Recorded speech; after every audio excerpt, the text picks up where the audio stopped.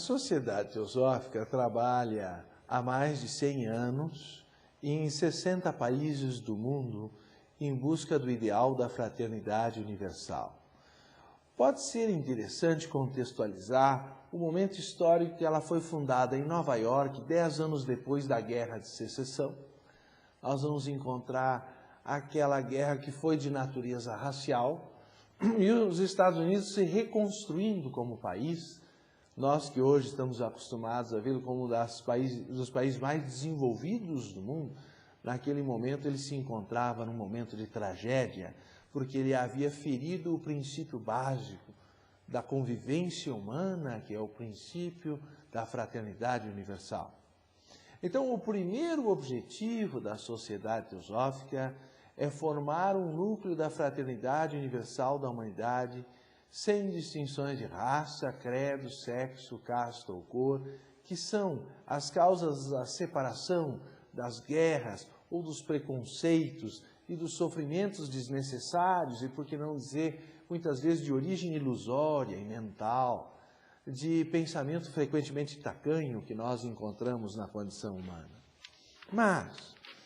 foi dito nas escrituras originais que inspiraram o movimento teosófico que é a humanidade que é a grande órfã, a única deserdada sobre essa terra, e é dever de todo homem, capaz de um impulso altruísta, fazer algo, por menor que seja, pelo seu bem-estar. Então nós gastamos hoje, por incrível que possa parecer, $1 milhão por minuto em armas no mundo, enquanto morrem 40 mil crianças por dia, segundo a Unesco, por problemas derivados da subnutrição no mundo em desenvolvimento. E, portanto, são $36 mil que correspondem ao que é gasto em armas para cada criança que morre de fome. E, portanto, obviamente, não só ela não precisaria morrer de fome, como já teria a vida ganha se apenas aquele dinheiro fosse bem conduzido a ela. Isso quer dizer que os sofrimentos que há no mundo hoje, os mais agudos, são oriundos, antes de mais nada, de uma falta de convívio fraternal e que as coisas que estão aí não precisavam ser, evidentemente, desse jeito. Mas, como é dentro da mente humana que se criam essas ilusões separatistas, como é dentro da mente humana que se criam esses preconceitos, como é dentro da mente humana que se criam essas muralhas que separam as classes, as castas, as crenças e etc., que dividem o homem, as raças. Então, a Sociedade Teosófica entende importante também o seu segundo objetivo como auxiliar do primeiro, e esse segundo objetivo é encorajar o estudo de religião comparada, filosofia e ciência, buscando reintegrar nesse estudo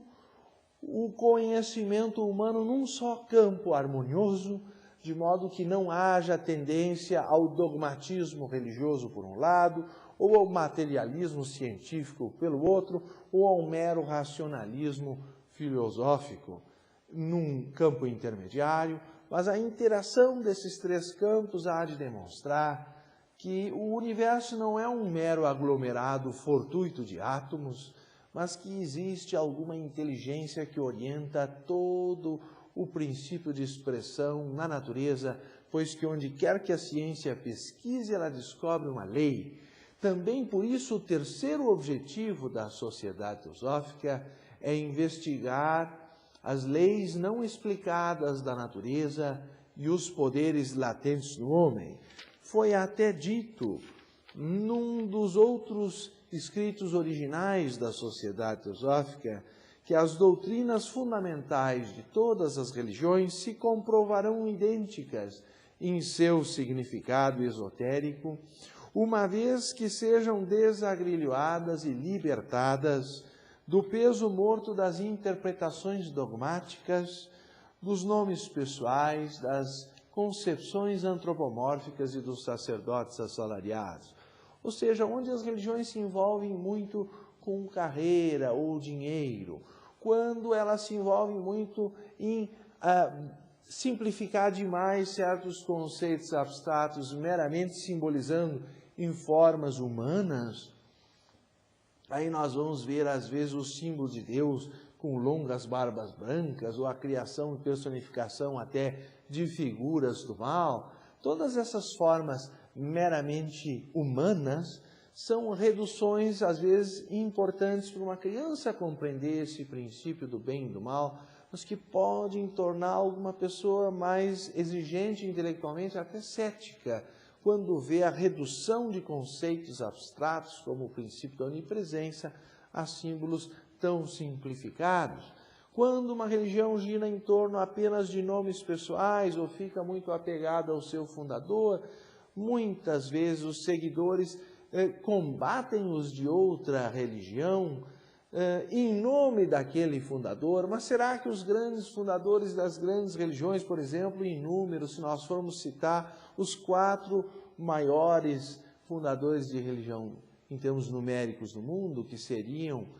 Cristo, Buda, Maomé e Krishna, respectivamente no cristianismo, no budismo,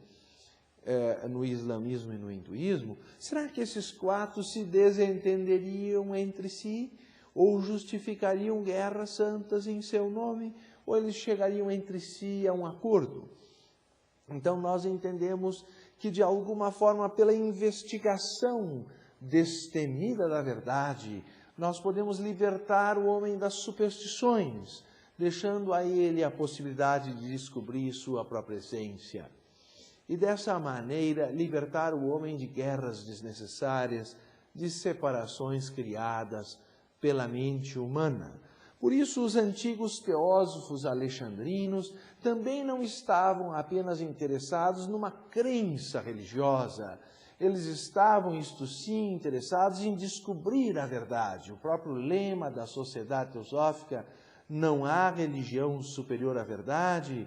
sugere que nenhum ritual, nenhuma escritura santa, nenhum tipo de crença específica em algum instrutor é mais importante do que a verdade que ele pretendia ensinar, a verdade transcendental, que alguns chamaram de sabedoria divina, que é a tradução mais literal da expressão teosofia, que no seu sentido abstrato é uma sabedoria viva, que se corporifica no altruísmo da vida humana. E não pode ficar restrita apenas ao estudo comparado de livros, mas depende da nossa investigação interior. Por isso também tem sido dito que aqueles antigos teósofos alexandrinos eram chamados de filaleteus, ou amantes da verdade, bem como analogistas, na medida em que eles buscavam correspondências nos fenômenos da natureza e da alma humana para tentar compreender os enigmas da existência, de modo que a verdadeira teosofia não se encontra meramente nos livros, mas na capacidade de encontrar essas correspondências da natureza com a vida, para que nós possamos desvendar o seu próprio significado. Assim dizia Blavatsky que teosofia é a grande renúncia ao eu, incondicional e absolutamente, tanto em pensamento como em ação, é altruísmo, é a dedicação ao próximo, que abre os horizontes da nossa percepção nessa busca pela verdade, que só é possível nesse espírito não sectário, num espírito de liberdade de pensamento, em que todas as correntes de pensamento merecem ser conhecidas, mas em busca da verdade, nós não devemos nos apegar exclusivamente a nenhuma como sendo única. E assim também foi acrescentada que a ideia da teosofia é de um corpo de verdade que forma a base de todas as religiões e não pode ser reivindicado como posse exclusiva de nenhuma. Oferece ela uma filosofia que torna a vida inteligível, demonstrando que a justiça e o amor guiam o processo de evolução da vida. Nessa busca pela verdade, nós devemos, portanto, buscar de uma forma independente, não sectária, num espírito de liberdade de pensamento, o caminho da harmonia e da paz entre todas as religiões e todos os povos. Essa é a essência da teosofia, é a paz.